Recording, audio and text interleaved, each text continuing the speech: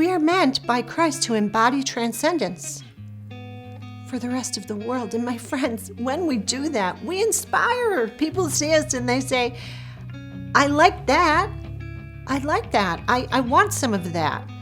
And we can help people to do that.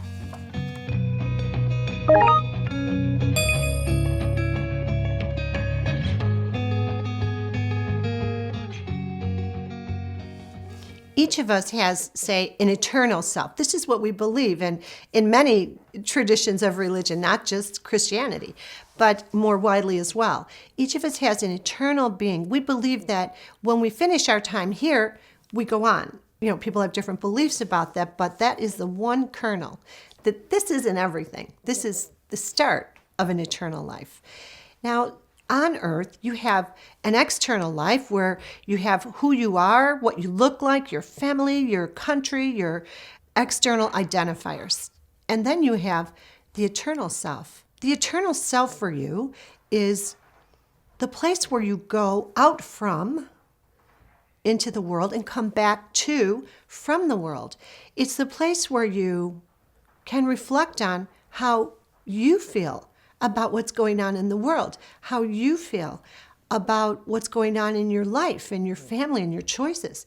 What of all of the external life matches up with your eternal identity?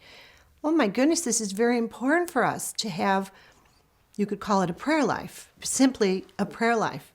And yet, if it's a superficial prayer life like the Pharisees had, where there was a lot of verbal prayer and a lot of posturing, a lot of desire to be seen as a religious person, you might be doing a good job of training your brain to think religion, and yet we're meant to go deeper. We are deeper people, capable with a capacity of enormous depth, spiritually, mystically speaking. So how do you get that? Well, you pray contemplatively to start with, where you draw Christ into all of the areas of your life.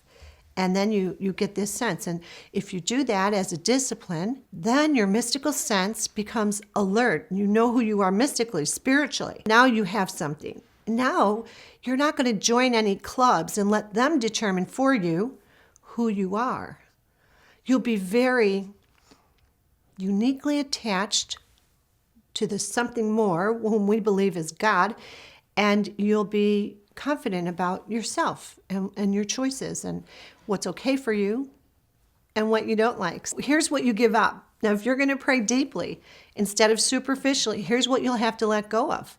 Your agenda, some of your more superficial opinions, any external identities that people have chosen for you, you'll have to give up selfishness. You'll have to give up your ego in a lot of ways. You'll have to say, actually, I'd like to think I was perfectly blameless in that, but I find some responsibility has to be taken by me. This is what that space does for you. When you plug back into your eternal identity in silence, everything gets more clear. This is how we're going to transcend the times. Now, let's just say, what is the point, say, of the Catholic Church or any Christian denomination?